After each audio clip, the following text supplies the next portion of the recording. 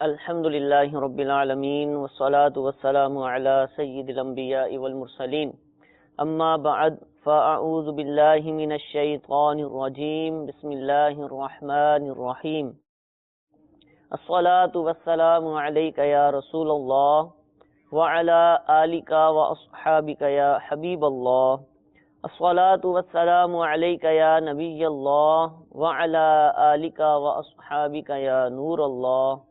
میٹھے میٹھے اسلامی بھائیوں، مدنی چینل کے ناظرین، مدنی چینل کے بہت ہی پیارے علم بھرے سلسلے دارالافتاء اہل سنت کے ساتھ ایک مرتبہ پھر حاضر ہیں۔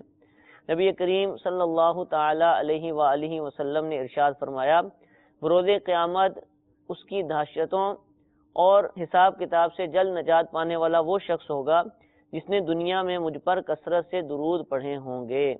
صلو علی الحبیب صلی اللہ تعالی علی محمد صلی اللہ تعالی علیہ وآلہ وسلم۔ حضور، اذان و اقامت سے متعلق آج ہمارا سلسلہ ہے، اس موضوع کے متعلق انشاءاللہ ہم سوالات کریں گے۔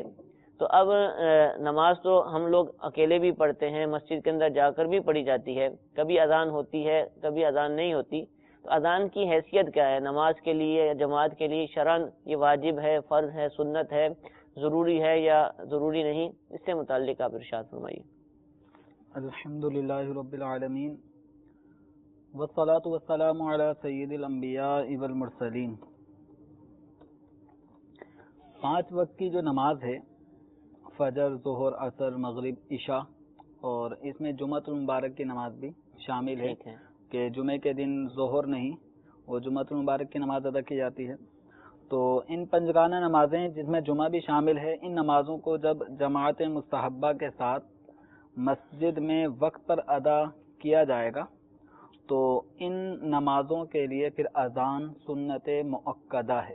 ٹھیک ہے، جماعت مستحبہ یہ بھی جماعت مستحبہ کا مطلب یہ ہے کہ نارمل جو مساجد کے اندر 5 وقتہ بعد جماعت نماز کا اہتمام ہوتا ہے اور امام بھی امامت کی صلاحیت رکھتا ہو، امامت کا اہل ہو، اور سب لوگوں کے لیے جو ایک جماعت کا ایک معروف ایک طریقہ کار جو رائج ہے کہ فجر کی نماز اس ٹائم ادا کی جائے گی، ظہر کی اس ٹائم، تو ایک مناسب ٹائم سردی گرمی کے حساب سے منتخب ہوتا رہتا ہے اور اس کے مطابق روٹین وائز سب لوگ نمازیں ادا کر رہے ہوتے ہیں۔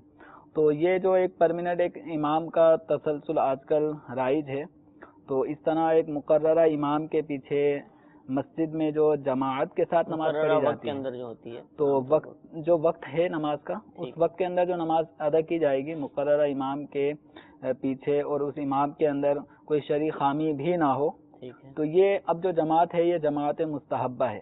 صحیح، شریعت مطہرہ نے اس طرح جماعت کے ساتھ نماز پڑھنے کا ہمیں حکم دیا ہے۔ ٹھیک ہے، تو اس طرح جو نماز ادا کی جائے گی، اس نماز بعد جماعت کے لیے اذان کا ہونا یہ سنت مؤکدہ ہے، اور اس کا حکم مثل واجب کے ہیں۔ ٹھیک ہے، یعنی جس طرح واجب کی ادائیگی کے لیے تاکید فرمائی گئی، تو اسی طرح اذان جو ان نمازوں کے لیے سنت مؤکدہ ہے اس کی بھی تاکید آئی ہے۔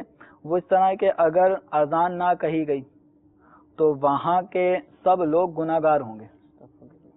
یعنی اگر اذان کے بغیر ہی یوں ہی جماعت کر لیا کریں، پتہ ہے کہ اذان نہیں ہوئی، اور اس کو روٹین بنا لیں، تو اس طرح جب بغیر اذان کے جماعت کرنے کا سلسلہ شروع ہو جائے گا تو جو لوگ ایسا کریں گے کہ جماعت کے لیے اذان نہیں کہیں گے تو وہ گناہ گار ہیں۔ یہاں تک کہ امام محمد رحمۃ اللہ تعالی علیہ، جو امام اعظم ابو حنیفہ رحمۃ اللہ علیہ کے جلیل القدر آپ شاگرد ہیں اور بہت بڑے امام ہیں، حتیٰ کہ امام بخاری علیہ رحمہ بھی ان کے شاگردوں کے شاگرد ہیں۔ صحیح، تو امام محمد رحمۃ اللہ علیہ فرماتے ہیں کہ اگر کسی شہر کے لوگ اذان ترک کر دیں تو میں ان سے قتال کروں گا، یعنی ان سے جھگڑوں گا اور قتال کروں گا، اور اگر ایک شخص چھوڑ دے تو اسے ماروں گا اور قید کروں گا۔ یعنی اگر پورا شہر ایسا ہو جائے کہ ہم اذان نہیں کہیں گے نمازوں کے لیے تو ان کے خلاف اعلان جنگ ہوگا اور ان کو اس بات پہ آمادہ کیا جائے گا. اور اگر فرد واحد کوئی کہے نہیں میں بس جماعت کروں گا لیکن اذان نہیں دوں گا یا اذان نہیں ہونے دوں گا تو اس کو قید کیا جائے گا. تو اذان کا اس قدر ایک اعلیٰ مقام ہے سمجھانے کے لیے ہے، اس کی اہمیت کے لیے. تو یہ گناہگار لوگ ہوں زیادہ ہے کہ اس میں لوگوں کو اس میں غفلت نہیں کرنی چاہیے. تو الحمدللہ ہمارے ہاں اس کا اہتمام بھی ہے کہ عام طور پہ جماعت کے لیے شاید ہی کوئی ایسی مسجد ہو جہاں پہ اذان نہیں ہوتی ہو. اذان ہونے کے بعد ہی پھر باقاعدہ جماعت کا اہتمام ہوتا ہے. حضور آپ نے فرمایا کہ اگر اذان نہ دیں، چھوڑ دیں تو سبھی گناہ گار ہوں گے. تو آج کل تو مؤذن وغیرہ مقرر ہوتے ہیں، تنخواہ بھی ملتی ہے، ان کا ایک طرح کا پیشہ ہے. جی تو اب بھی کیا عام لوگ اس کے زمرے میں آئیں گے؟ اب اس میں یہ کہ اگر یہ ہے کہ ایک شہر کے بارے میں فرمایا کہ اگر کسی شہر کے سب لوگ اذان ترک کر دیں تو ان سے قتال امام محمد رحمۃ اللہ علیہ نے اس کا اس قدر فرمایا. اور اگر سب لوگ وہاں ہیں اور اذان نہیں کہتے تو سبھی لوگ گناہ گار ہیں. یعنی اذان ہونا نماز کے لیے سنت موقدہ ہے. اور یہ سنت موقدہ ان معنوں میں کہ کوئی بھی کہہ دے جو اذان کہنے کا اہل ہے وہ اگر کہہ دیتا ہے درست تلفظ کے ساتھ، مخارج کے ساتھ، جس طرح اس کو پڑھنا چاہیے اذان کے کلمات کو، اس طرح دیتا ہے تو سب کی طرف سے وہ کفایت کر جائے گا. اور اگر سبھی نہیں کہتے تو سبھی گناہ گار ہوں گے. کوئی ایک کہہ دے تو کفایت کرے گا. تو عام طور پہ جو مؤذن مقرر کیے جاتے ہیں وہ اسی بنا پہ کہ جو آج کل ایک ٹرینڈ چل پڑا ہے کہ لوگ اپنے کام کاج میں لگے رہتے ہیں.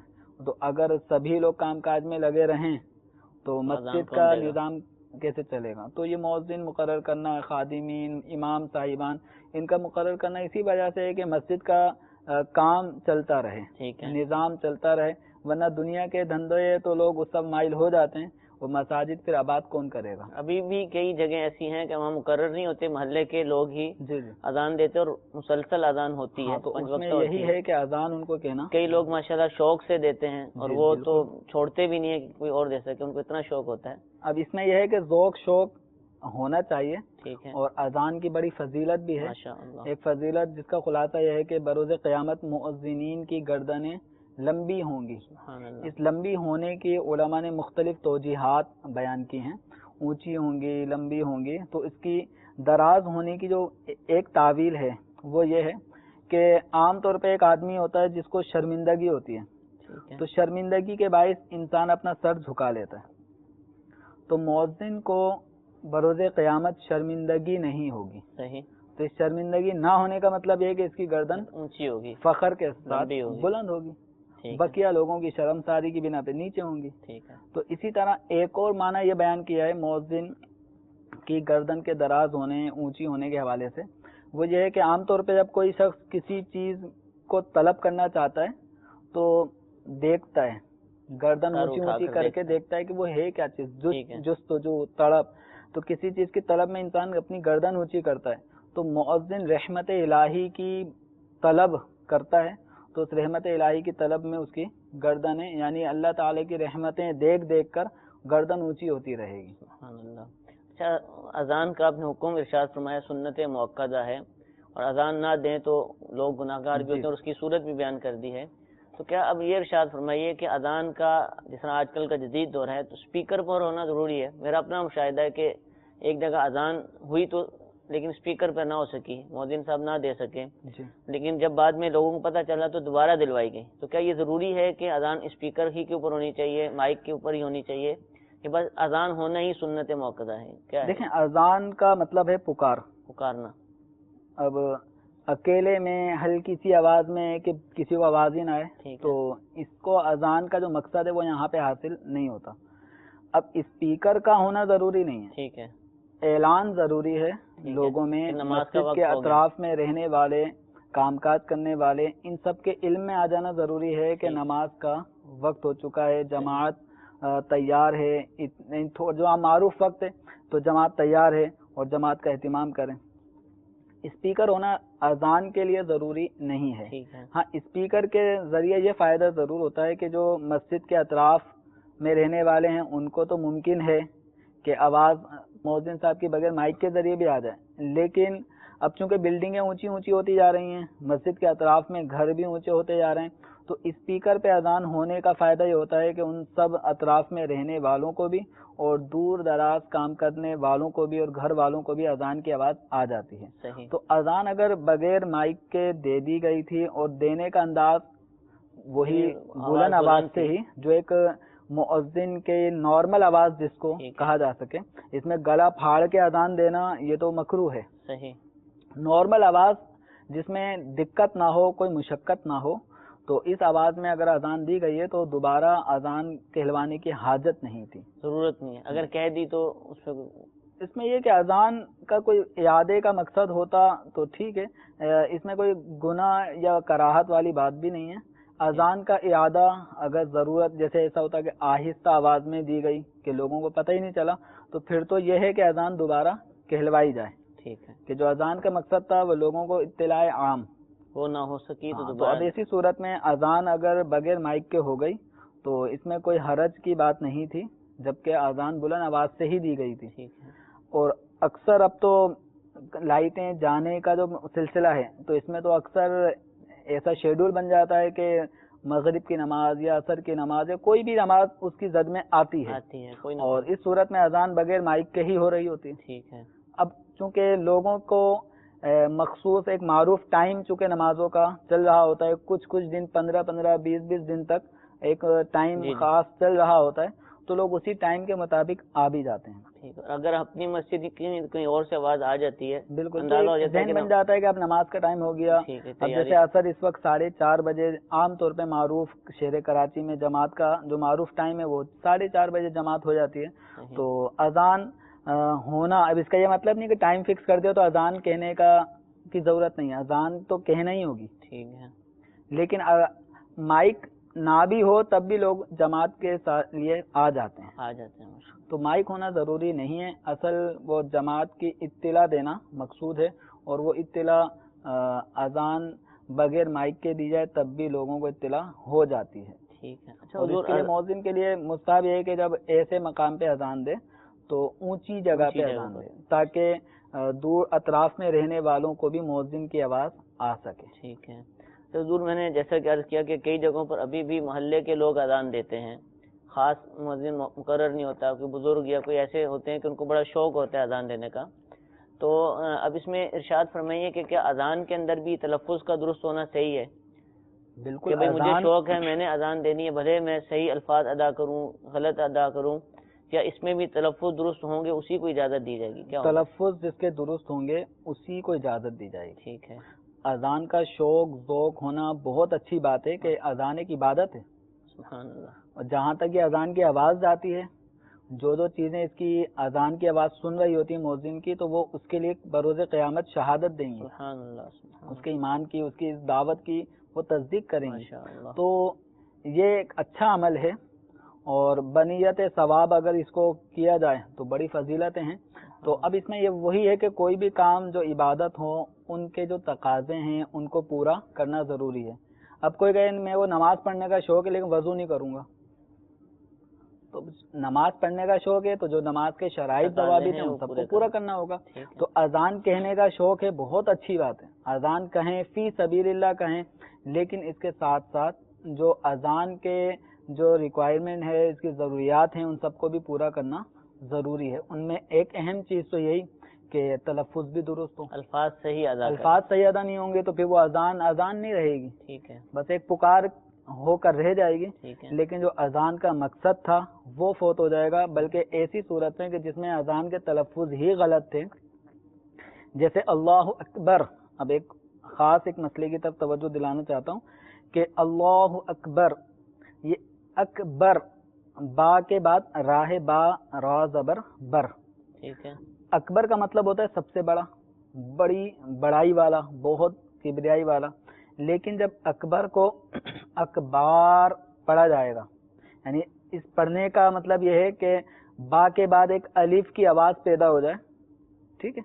اکبار، تو اکبار کا مطلب ہو جائے گا ڈھول جو بجایا جاتا ہے، تو وہ ڈھول اس کا مطلب ہو جائے گا. اللہ اکبر، اللہ سب سے بڑا ہے. ٹھیک ہے. الحمدللہ. اب اکبر کو اکبار اگر کوئی پڑھے گا تو مطلب معاذ اللہ اتنا کفریہ بن جائے گا کہ اللہ تعالیٰ کی آگے جو وصف بندہ بیان کرے گا اس کا مطلب یہ بنے گا کہ ڈھول. تو یہ تو کفریہ جملہ ہے.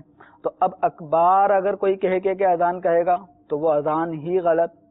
ٹھیک ہے. ایسی اذان صحیح طریقے سے دوبارہ دہرائی جائے گی. ٹھیک ہے. اور اگر کوئی اس طرح کا مطلب جانتے ہوئے اللہ اکبر کو اللہ اکبار یوں کر کے اذان دیتا ہے اور اس کا معنی بھی جانتا ہے کہ اکبار کا مطلب ہوتا ہے ڈھول، تو ایسے آدمی کا تو ایمان کا ہی جنازہ نکل جائے گا، کہ تو کفر ہو جائے گا. اللہ تعالیٰ کی شان میں اس نے نازبہ جملہ بولا.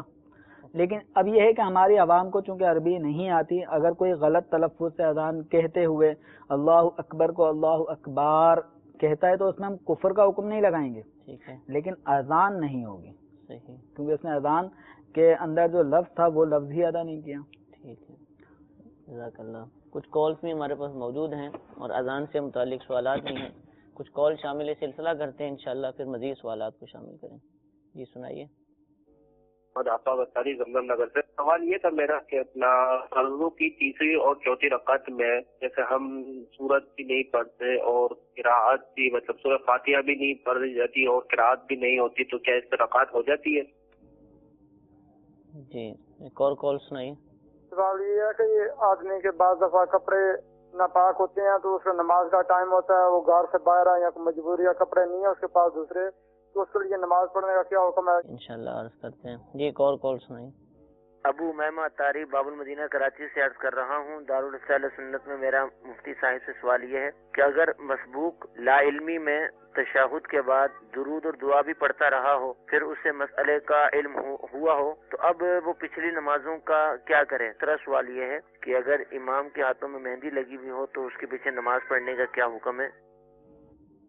جی انشاءاللہ عرض کرتے ہیں. حضور فرض کی تیسری یا چوتھی رکعت میں اگر کوئی سورہ فاتحہ بھی نہ پڑھے، سورت بھی نہ ملائے، تو اب کیا نماز ہو جائے گی؟ فرض کی تیسری اور چوتھی رکعت میں جی جی سورہ فاتحہ کے بعد سورت کا ملانا یہ واجب نہیں ہے، سورہ فاتحہ بھی واجب نہیں ہے. ٹھیک ہے. تو اگر کوئی فرض کی تیسری اور چوتھی رکعت میں تین مرتبہ سبحان اللہ سبحان اللہ سبحان اللہ کہہ کے رکوع میں چلے جاتا ہے تو بھی اس کی نماز درست ہو جائے گی. بہتر ہے کہ سورہ فاتحہ پڑھے، تو اس کے بعد اگر کوئی سورت ملا لے تو اس میں بھی کوئی مذائقہ نہیں ہے. ٹھیک ہے. کپڑوں کے ناپاکی سے متعلق سوال ہے کہ ایک آدمی گھر سے باہر نکلا ہوا ہے، نماز کا وقت ہے لیکن کپڑے ناپاک ہیں، تو اب کیا کریں؟ نماز کا کیا حکم ہوگا؟ اسی طرح بیماری میں کپڑے پاک ہی نہیں رہ پاتے، مسلسل ہی ناپاک رہتے ہیں، تو اب کیا بار بار کپڑے بدلے گا؟ ایک آدمی ہے جو گھر سے باہر ہے، نماز کا بھی وقت ہے، وضو کرنا ہے، ٹھیک ہے، تو جس طرح وضو کرنا ہے ٹھیک ہے، پانی مل جاتا ہے، نماز پڑھنی ہے، حاجت بھی پیش آ رہی ہے تو انسان چلے جاتا ہے، اپنی حاجت پوری کرتا ہے، پھر نماز کی طرف آتا ہے. تو اس میں اگر کپڑے ناپاک ہیں اور ناپاکی بھی اتنی زیادہ مقدار میں لگی ہے جیسے 1 درہم یا اس سے زیادہ لگی ہے، تو ایسی صورت میں تو اس کپڑے کو پاک کر کے ہی نماز پڑھنا یہ ضروری ہوگا. تو اب یوں ناپاکی لگنے کا علم ہے، پتہ ہے، تو اب نماز پڑھنے سے پہلے کپڑوں کو پاک کرے. صحیح. اور عام طور پہ شہر میں مساجد ہوتی ہیں، مساجد میں پانی اویلیبل ہوتا ہے، کپڑے پاک کیے جا سکتے ہیں. ٹھیک ہے، تو کپڑے پاک کر کے ہی نماز ادا کریں. ٹھیک ہے.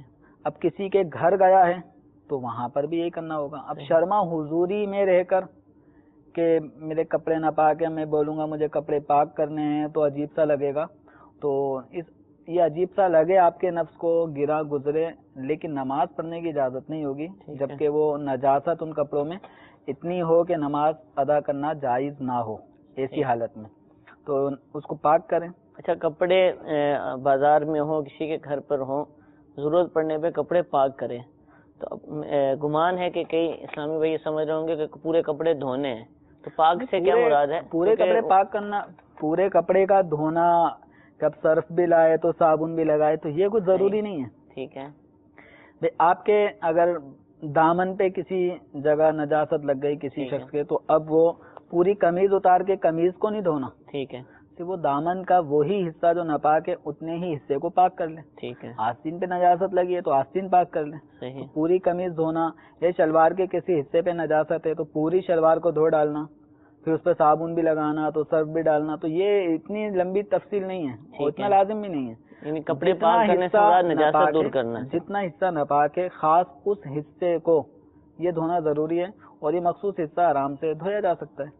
اب یہ ہے کہ اس طرح کے حصے وضو خانے پہ دھوئیں گے تو وضو خانے پہ دھونے میں ممکن ہے کہ چھینٹیں اڑیں گی، اطراف میں لوگوں کے اوپر پڑیں گی، یا وضو خانے کا جو فرش ہوتا ہے اب جہاں پاؤں رکھ کے بیٹھتے ہیں اس حصے پر چھینٹیں آئیں ناپاک، تو اس میں یہ ہے کہ ناپاکی پھیلنے کا اندیشہ جہاں ہو تو وہاں پہ ایسی جگہوں پہ بہت زیادہ احتیاط کے ساتھ اپنے ناپاک کپڑوں کو دھویا جائے کہ دیگر حصے جو پاک ہیں وہ ناپاک نہ ہوں، کسی پہ چھینٹیں نہ جائیں، آپ کے دیگر جسم کے اعضاء اور کپڑوں پہ چھینٹیں نہ پڑیں.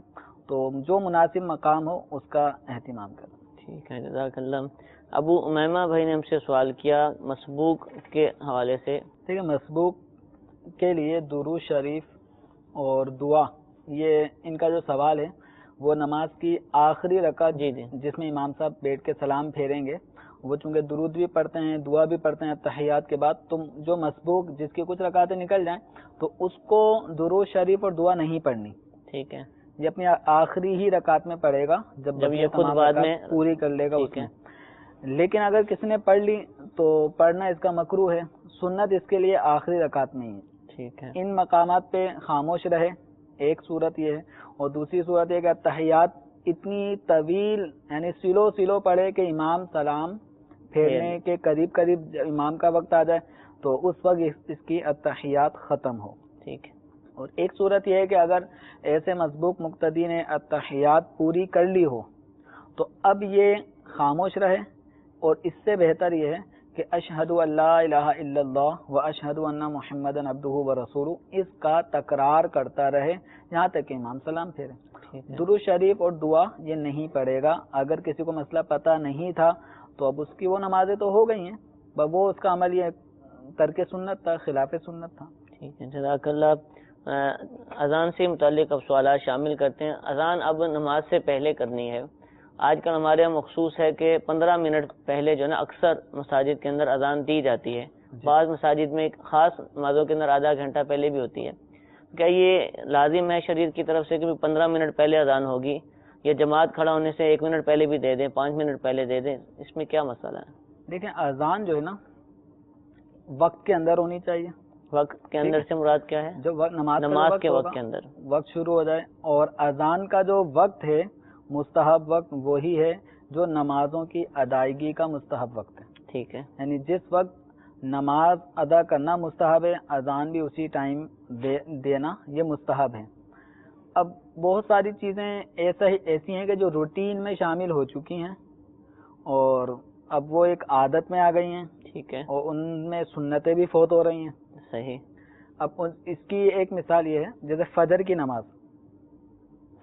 نماز میں عمومی اعتبار سے اب یہ ایک شیڈول بن چکا ہے مساجد کا کہ آدھے گھنٹے پہلے اذان ہوگی. جی تقریباً آدھے گھنٹے یا 25 منٹ پہلے ہی اذان ہوگی جماعت سے. ٹھیک ہے. اب جماعت ہو رہی ہے اس وقت جب اجالا ہونے لگتا ہے اس وقت فجر کی جماعت ہونا مستحب ہے. صحیح. اور اذان ہوتی ہے فجر کے وقت شروع ہوتے ہی 10 منٹ بعد مساجد میں تو وقت شروع ہوا اذان ہو جاتی. تو اب یہ مستحب کے خلاف ہے. مستحب یہ ہے کہ جب اجالا ہونے لگے اس وقت اذان کہی جائے فجر کی، اور جماعت بھی اس کے قریب اجالے میں ہی ادا کی جائے. تو اب یہ فجر کی نماز اذان جو ہے وہ انتہائی اندھیرے میں ہو جاتی ہے اور جماعت اجالے کے قریب ہو رہی ہوتی ہے. تو یہ مستحب کے خلاف ہے لیکن جائز ہے. ٹھیک ہے. اچھا، اب اسی طرح ظہر، عصر یا عشاء ان کی عام طور پہ 15 سے 20 منٹ پہلے اذان دینے کا ایک شیڈول بنا ہوا ہے. تو یہ شرعن کوئی ایسا نہیں ہے کہ جماعت سے 20 منٹ پہلے ہی اذان ہوگی. صحیح. ایسا کوئی مقرر نہیں ہے، لیکن اگر مقرر کر لیا گیا آسانی کے لیے، لوگوں کی سہولت ہے، لوگوں کی بھی سہولت ہے، مؤذن صاحب کی بھی سہولت ہے، تو اس میں بھی کوئی مذائقہ نہیں ہے. لیکن شرعن لازم بھی نہیں. شرعن لازم نہیں ہے کہ جماعت سے 20 منٹ پہلے اذان ہونی چاہیے. اب ایسے میں اگر کسی وجہ سے مؤذن صاحب لیٹ ہو گئے تو لیٹ ہونے پر ان کی کھنچائی ہو رہی ہو کہ آج آپ نے اذان وقت پہ کیوں نہیں دی، تو اذان جماعت سے پہلے ہونا اور وقت کے اندر ہوئی ہے، وقت کے اندر ہوئی ہے، جماعت سے پہلے ہوئی ہے تو وقت پہ ہی ہوئی ہے. ٹھیک ہے. اب اس کو یہ کہنا کہ آپ نے وقت پہ نہیں دی تو یہ بات غلط ہے. وقت پہ ہی ہوئی ہے، لیکن یہ کہ 15-20 منٹ کا ایک معروف جو ٹائم چل پڑا ہے، تو اس میں مؤذن صاحب کو اہتمام یوں کرنا چاہیے. اس کا ایک اثر یہ پڑ سکتا ہے، مثال کے طور پہ 4:30 بجے جماعت ہے، ٹھیک ہے، اور لوگوں کی اب طبیعت اور عادت یہ ہے کہ اذان عصر کی اگر 4:30 بجے ہے تو اذان کی آواز آئے گی 4:10, 12, 15 منٹ کے قریب اذان کی آواز آئے گی. تو لوگوں کا ایک معمول بن گیا ہے ہمارے یہاں کا کہ اب 4:30 بجے جماعت ہوگی. اچھا، اب مؤذن صاحب کسی دن اگر لیٹ ہو گئے، ٹھیک ہے، اور مساجد کے اندر اب ٹائم شیڈول چینج ہونے کے دن بھی قریب تھے، اب پتہ چلا کہ ابھی اس مسجد میں ہوگی 4:30 بجے ہی، کسی وجہ سے مؤذن صاحب نے اذان دی 4:22-23 پہ، ٹھیک ہے، لیٹ ہو گئی کسی بھی وجہ سے. اب لوگ ششو پنج میں ہو جاتے ہیں کہ 4:30 جماعت ہوگی یا 4:45 ہوگی. تو کچھ نمازی آئیں گے 4:30 بجے، تو کچھ آئیں گے 4:45 بجے.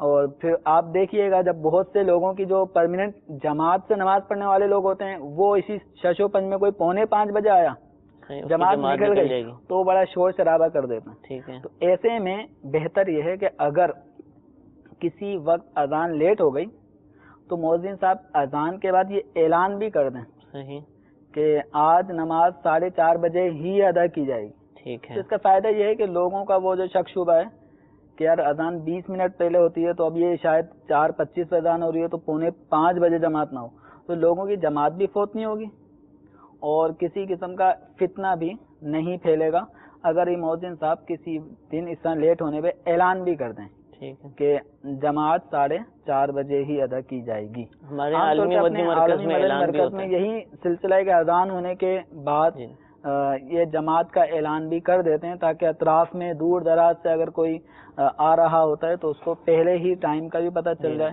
کہ جماعت اس ٹائم ہوگی تاکہ وہ یہاں با جماعت نماز ادا کر لے. ٹھیک ہے، جزاک اللہ. جی کچھ کالز ہمیں دیجیے، کالز کو ہم شامل سلسلہ کرتے ہیں. اظہر اتاری عرض کر رہا ہوں جرمنی سے. اس وقت ہمارے بعض شہروں میں یہاں پر یورپ اتنا کم ٹائم ہوتا ہے کہ ایک نماز کے بعد تھوڑی ہی دیر میں دوسری نماز کا وقت شروع ہوتا ہے. تو مسئلہ یہ ہے کہ ابھی جیسے ظہر کی اذان دی ہم نے، نماز پڑھی، لیٹ تھوڑا ہوئے سفر کی وجہ سے، ظہر کی اذان ہوئی، نماز پڑھی اور تھوڑی ہی دیر میں عصر کا وقت داخل ہو گیا. تو کیا اب وہی اذان کافی ہوگی، اس کے عصر کی اقامت کر کے جماعت کر لیں یا اس کے لیے دوبارہ الگ سے اذان؟ ٹھیک ہے جی، کال سنائیے. سوال تھا میرا کہ اگر مسجد کے علاوہ جماعت کروائی جائے تو اس کے لیے کیا اذان ضروری ہے؟ جی انشاءاللہ عرض کرتے ہیں. ایک اور کال سنائیے. سجاد طاری زمزم نگر حیدرآباد. میرا یہ سوال ہے اگر امام نماز میں سجدہ سہو کرے اور مقتدی کی بھی تحیات مکمل نہ ہوئی ہو تو وہ کیا کرے؟ جی انشاءاللہ عرض کرتے ہیں مقتدی کے حوالے سے. حضور اظہر بھائی جرمنی سے ہم سے سوال پوچھ رہے ہیں کہ یورپی ممالک میں یہ واقعی مسئلہ ہے کہ بعض نمازوں کے وقت مخصوص ایام کے اندر بہت قریب ہوتے ہیں، ایک کا ختم ہے دوسرے کا شروع ہونے والا ہوتا ہے. اب لوگ جمع ہیں، اذان بھی ہوئی، نماز بھی ہوئی اور تھوڑی ہی دیر میں دوسرا وقت شروع ہو گیا، تو اب کیا دوبارہ اذان دیں گے یا وہ پہلے والی اذان کافی ہے، بس اقامت کہہ لیں؟ دیکھیے اس میں ہر نماز کے لیے ایسے موقع پہ ظہر کی اذان ہو گئی تو ظہر کی اذان ظہر کے لیے ہے، ٹھیک ہے، وہ عصر کے لیے کافی نہیں ہے. ٹھیک ہے، تو عصر کا جب وقت شروع ہو جائے گا اگرچہ لوگ موجود ہیں، ٹھیک ہے، تو عصر کے لیے الگ اذان کہی جائے گی. ٹھیک ہے، اور جو لوگ نہیں ہیں ان کو پتہ چل جائے گا کہ اذان ہو چکی ہے، نماز بھلے سے پرماننٹ یہی نمازی ہیں. صحیح ہے، ٹھیک ہے، یعنی 10 نمازی تھے ظہر میں، یہی 10 عصر میں بھی ہوں گے. ٹھیک ہے، تو ظہر کی اذان ظہر کے لیے ہے، عصر کی اذان عصر کے لیے ہے. ٹھیک ہے، تو یوں سمجھ لیں کہ اگر وقت سے پہلے اذان دے دی جائے تو فقہا فرماتے ہیں کہ وقت سے پہلے اذان دینا مکروہ ہے. وقت سے پہلے اذان دینا مکروہ ہے. تو جب وہ اذان ویلڈ نہیں، قابل قبول نہیں، تو ظہر کی اذان عصر کے لیے کیوں کافی ہوگی؟ ٹھیک ہے، بلکہ اگر کوئی وقت سے پہلے ہی، وقت شروع ہونے سے پہلے اذان کہہ لے تو حکم یہ ہے کہ جماعت وقت شروع ہونے کے بعد پھر جماعت کی اذان کہی جائے، اور اگر اسی اذان جو وقت سے پہلے دے دی گئی تھی اسی اذان کو کافی سمجھتے ہوئے جماعت کر لی تو یہ جماعت بغیر اذان کے ہوئی، اور بغیر اذان کے جماعت مکروہ. ٹھیک ہے، اور بہتر ہے کہ ایسی نماز کا اعادہ کیا جائے. ٹھیک ہے، تو اس لیے یعنی یہ سب مسائل کتابوں میں مذکور ہیں. تو اس لیے ظہر کی اذان ظہر کے لیے ہے، عصر کی اذان عصر کے لیے ہے، مغرب کی مغرب، عشاء کی عشاء کے لیے. تو ہر نماز کے لیے جدا گانا اذان کہی جائے گی، سوائے جو مزدلفہ وغیرہ میں جو نماز پڑھی جاتی ہے، عرفات میں پڑھی جاتی ہے. تو عرفات کے اندر ظہر و عصر کو ظہر کے وقت میں پڑھا جاتا ہے، تو ایک ہی اذان ہوتی ہے. اور اسی طرح مزدلفہ میں آ کے مغرب اور عشاء کو عشاء کے وقت میں پڑھا جاتا ہے. تو مغرب اور عشاء کو عشاء کے وقت میں پڑھا جائے گا، لیکن اذان ایک ہی ہوگی، ایک ہی اقامت ہوگی. لیکن فرق یہ ہے کہ ظہر و عصر جب عرفات میں پڑھی جائے گی تو اقامت ایک ہی ہوگی. ٹھیک ہے. اور جب مزدلفہ میں مغرب اور عشاء کو پڑھا جائے گا تو اذان ایک ہی ہوگی، لیکن اقامت دو ہوں گی. مغرب کے لیے الگ اقامت ہوگی، عشاء کے لیے الگ اقامت ہوگی. تو یہ فرق ہے، یعنی اقامت الگ الگ ہوں گی لیکن اذان ایک ہوگی. تو یہ ایک اذان دو نمازوں کے لیے کافی ہونا، کفایت کرنا، یہ عرفات اور مزدلفہ کے لیے ہی مخصوص ہے. اس کے علاوہ اور دیگر مقامات کے لیے، دو فرض نمازوں کے لیے جب ہم اذان جماعت کر رہے ہیں تو، اور ابھی وقت بھی شروع نہیں ہوا اگلی نماز کا، تو اس لیے پہلی نماز کی اذان پہلی نماز کے لیے ہے، اور دوسری نماز کا جب وقت شروع ہوگا تو اس کے لیے الگ سے اذان کہی جائے گی. ٹھیک ہے. دوسرا سوال یہ تھا کہ مسجد کی جماعت کا حوالے سے آپ نے حکم ارشاد فرمایا تھا جماعت مستحبہ سے پہلے اذان سنت موقدہ ہے. مسجد کی جماعت کے علاوہ بھی بعض جماعت ہوتی ہے، سفر کے اندر ہیں، راستے میں گاڑیاں روک کے نماز کروا لی، اور بہت سارے مواقع آتے ہیں، اجتماع ہوا، میدان میں لوگ جمع، وہاں جماعت ہوئی، تو کیا اس سے پہلے بھی اذان دینا ضروری ہے؟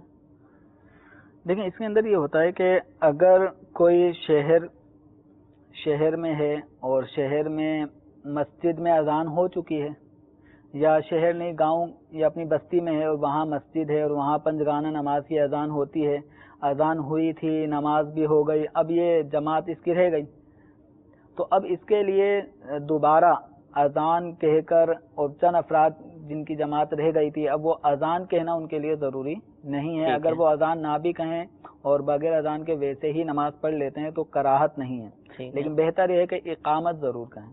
صحیح. تو اقامت کا کہنا ان کے لیے بہتر ہے، فرض لازم واجب نہیں ہے. ٹھیک ہے. تو اگر اقامت کے بغیر بھی انہوں نے جماعت کر لی تو نماز ہو جائے گی، لیکن بہتر ہے کہ ایسے موقع پہ اقامت کہیں. ہاں، اگر یہ ایسی جگہ پر ہیں کہ جہاں پر یعنی بستی نہیں، کوئی گاؤں نہیں، اور جماعت کرنا چاہتے ہیں، یا جس جگہ یہ ہیں وہاں قریب میں کوئی مسجد بھی نہیں ہے اور یہ جماعت کرنا چاہتے ہیں، تو پھر ایسی صورت میں اذان بھی کہیں اور اقامت بھی کہیں. ٹھیک ہے. اچھا، اکیلا کوئی نماز پڑھتا ہے، اپنی کوئی ایسا موقع آتا ہے کہ جماعت حاصل نہیں کر سکا یا وہ ممکن ہی نہیں، تو کیا اب بھی اذان کہنے کی اجازت ہے اس کو؟ تو کہتا بھی میں اذان بھی دوں گا، اقامت بھی کہوں گا. اس میں یہی ہے کہ اگر کوئی شخص اکیلا ہے تو اکیلے شخص کو، اور وہ مسافر بھی ہے، ٹھیک ہے، مسافر بھی ہے، اکیلا ہے، تو اس کو اکیلے کو بھی بہتر ہے کہ اذان بھی کہے اور اقامت بھی کہے. اس کی اجازت ہے، منع نہیں، اجازت ہے، بلکہ فضیلت بھی ہے. ٹھیک ہے. کہ جب یہ اس طرح اذان کہتا ہے اور اقامت کہتا ہے، نماز پڑھتا ہے، تو اس کے پیچھے اللہ تبارک و تعالی کی نورانی مخلوق وہ بھی اس کے پیچھے نماز پڑھ رہی ہے.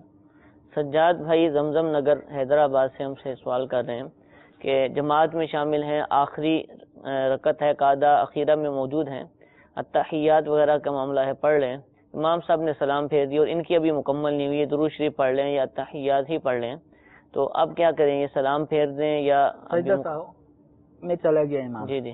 ہاں، تو اب ان کے سوال کا جو میں سمجھ پایا تھا وہ یہ ہے کہ امام صاحب نے التحیات پڑھی، یہ بھی پڑھ رہے تھے، امام صاحب چلے گئے سجدہ سہو میں اور ان کی ابھی التحیات پوری نہیں ہوئی. تو ایسی صورت میں ان کو چاہیے کہ التحیات پوری کر کے ہی امام کے ساتھ سجدہ سہو میں شرکت کریں. ٹھیک. عبدہ و رسولہ تک پڑھیں. اگر یہ پہلی رکعت سے ہی جماعت میں شامل تھے، ٹھیک ہے، تو یہ سلام بھی پھیریں گے، السلام علیکم ورحمۃ اللہ، ایک سلام پھیریں گے اور سجدے میں امام کے ساتھ ساتھ پیروی کریں گے. ٹھیک ہے. اور اگر یہ پہلی رکعت میں نہیں آئے تھے، ٹھیک ہے، تو اب ان کو سلام نہیں پھیرنا، عبدہ و رسولہ تک التحیات پوری کریں. امام صاحب سجدے میں چلے گئے تو عبدہ و رسولہ تک یہ پڑھنے کے بعد سجدے میں امام کے پیچھے پیچھے عمل کرے گا. اب یہ سلام نہیں پھیرے گا. اس کو مسبوق کہتے ہیں. جو مسبوق جس کے کچھ رکعتیں نکل گئیں وہ سلام نہیں پھیرے گا، سجدہ سہو کا امام کے پیچھے کا نماز پڑھ رہا تھا. تو البتہ اگر پہلی رکعت سے شامل تھا تو وہ سلام پھیر کے پھر امام کے ساتھ ساتھ سجدے میں شامل ہو جائے گا. اگر مسبوق نے پھیر دیا سلام مسبوق نے اگر پھیر دیا تو اس میں وہ صورت ہے کہ اگر اس نے یہ سمجھ کے پھیرا کہ مجھے سلام پھیرنا چاہیے تھا، ٹھیک ہے، تو نماز سے ہی نکل گیا، نماز فاسد ہوتی ہے، اس کو پھیرنا جائز ہی نہیں ہے. ٹھیک ہے، تو یہ ایک ناجائز کام کر کے اور اپنے اوپر ایک لازم کر کے اس نے سلام پھیرا، نماز سے نکل جائے گا. تو اس کو اگر اس نے سلام بھولے سے پھیرا، یعنی یہ سوچ کے نہیں کہ مجھے پھیرنا چاہیے، ویسے عادت کے مطابق سلام پھر گیا، تو ایسی صورت میں یہ ہے کہ چونکہ یہ امام کے پیچھے ہے، تو امام کے پیچھے ہونے کی صورت میں اس کے اوپر الگ سے سجدہ سہو لازم نہیں ہوگا، یہ امام کے ساتھ ہی سجدہ سہو میں شرکت کرے. ٹھیک ہے. تو حضور اذان دی جاتی ہے الحمدللہ، اور ہم سنتے ہیں اذان سے پہلے صلاۃ و سلام بھی پڑھا جاتا ہے، مختلف طرح کے صیغے درود پاک کے پڑھے جاتے ہیں، تو اس کی کیا شرعاً اجازت ہے، ممانعت ہے یا کوئی فضیلت ہے اس کے حوالے سے ارشاد فرمائیے. اذان سے پہلے درود و سلام پڑھنا یا ذکر و اذکار صلاۃ و سلام کے علاوہ بسم اللہ شریف وغیرہ پڑھنا تو شرعاً یہ ناجائز نہیں ہے. ٹھیک ہے، بس یہ ہے کہ اذان اور ان کلمات کو بالکل ملا کے نہ پڑھا جائے. صحیح، یعنی یہ نہیں کہ الصلاۃ والسلام علیک یا رسول اللہ وعلی آلہ واصحابہ یا حبیب اللہ، اللہ اکبر، فصل ہونا چاہیے. انداز بھی تھوڑا مختلف رکھیں، انداز بھی، آواز کا چونکہ لے انداز میں بھی، پڑھی جاتی ہے، اذان ایک دراز آواز میں، بلند آواز میں کھینچ کھینچ کے پڑھی جاتی ہے. صلاۃ والسلام کا انداز جدا رکھے، یعنی جس کو ہم کہتے ہیں طرز لے وہ جدا ہونی چاہیے. ٹھیک ہے. اور دوسرا یہ کہ اذان اور اقامت کے درمیان فاصلہ کریں، صحیح، تاکہ اذان کے ساتھ اس کو جوڑنے کا کسی کو شبہ بھی نہ ہو. ٹھیک ہے، بچہ بھی جان لے کہ اذان اللہ اکبر سے شروع ہوتی ہے، ٹھیک ہے، نہ کہ صلاۃ والسلام سے. صحیح. تو اس کا بہتر طریقہ الحمدللہ دعوت اسلامی کے مدنی ماحول میں طریقہ رائج ہے کہ جس میں واضح ہو جاتا ہے صلاۃ والسلام یہ پڑھا گیا ہے، اذان اب ہوگی، تو اس کے درمیان میں کیا ہوتا ہے، صلاۃ والسلام پڑھنے کے بعد پھر ایک اعلان ہوتا ہے. صحیح. اپنے کام کاج روک کر، گفتگو اور کام کاج روک کر اذان کا جواب دیجیے، ڈھیروں نیکیاں کمائیے. تو یہ درمیان میں ایک نیکی کی دعوت بھی ہو گئی. صحیح. اب تھوڑا وقفہ ہونے کے بعد اب اذان کہی جاتی ہے. ٹھیک ہے، ٹھیک ہے. تو اس اعلی حضرت رحمۃ اللہ تعالی علیہ نے بھی اسی طرح فتاوی رضویہ میں اس طرح کے سوال کا جواب یہ دیا ہے کہ اذان سے پہلے صلاۃ والسلام پڑھنا یہ جائز ہے. اذان اور صلاۃ والسلام کے مابین فصل کیا جائے، فاصلہ کیا جائے، کچھ منٹ کا یا لمحات کا فاصلہ ہو، تاکہ دونوں کے اندر یکسانیت نہ رہے اور کسی کو یہ بھی وسوسہ نہ ہو کہ یہ اذان کا حصہ بنا دیا. صحیح. اسے اذان ہونے کے بعد لا الہ الا اللہ پر اذان ختم ہوتی ہے، فوراً اللہم رب ہذہ الدعوہ یہ فوراً نہ پڑھے. ٹھیک ہے، تھوڑا سا وقفہ کر لے. صحیح. اس کے بعد پھر درود پڑھنا تو ویسے ہی احادیث کے اندر آیا ہے کہ اذان ہونے کے بعد درود پڑھے، پھر دعائے وسیلہ کرے. صحیح. تو اس کا تو احادیث میں ترغیب بھی ہے. تو یہ کہ اذان اور اس سے قبل اور اس کے بعد پڑھے جانے والے درود شریف دعا اس کے انداز میں فرق ہونا چاہیے. ٹھیک ہے، تاکہ کسی کو وہم بھی نہ گزرے. عموماً فرق ہوتا بھی ہے، ہوتا ہے بالکل. یہی وجہ ہے کہ اس کو اذان کوئی بھی نہیں کہتا، یہی کہتے ہیں کہ درود پاک بچہ جانتا ہے کہ اذان اللہ اکبر سے شروع ہوتی ہے اور لا الہ الا اللہ پر ختم ہوتی ہے. اب کوئی زبردستی صلاۃ والسلام کو اذان کا حصہ بتائے کہ یعنی یہ آپ نے ملا دیا اور یوں کر دیا، تو اب یہ اس کا ہمارے پاس علاج نہیں ہے. ٹھیک ہے، آواز بھی الگ تھی اور وقفہ بھی تھا، اب پھر بھی کوئی ملاتا ہے کہ نہیں یہ تم نے صلاۃ والسلام کو اذان کا حصہ بنا دیا، تو حصہ نہیں بنایا. اب کسی کا زبردستی کہنے سے وہ حصہ ہو بھی نہیں جاتا. تو اب یہ ہے کہ اس میں ان کو علاج کرنا چاہیے اپنے اس مرض کا. ٹھیک ہے، چند منٹ سے ایک دو کال ہم شامل سلسلہ کرتے ہیں. جی سنائیے کال. یہ پوچھنا تھا کہ اگر امام کی قرات صحیح نہ ہو تو کیا نماز ہو جائے گی ان کے پیچھے؟ جی ایک اور سنائیے.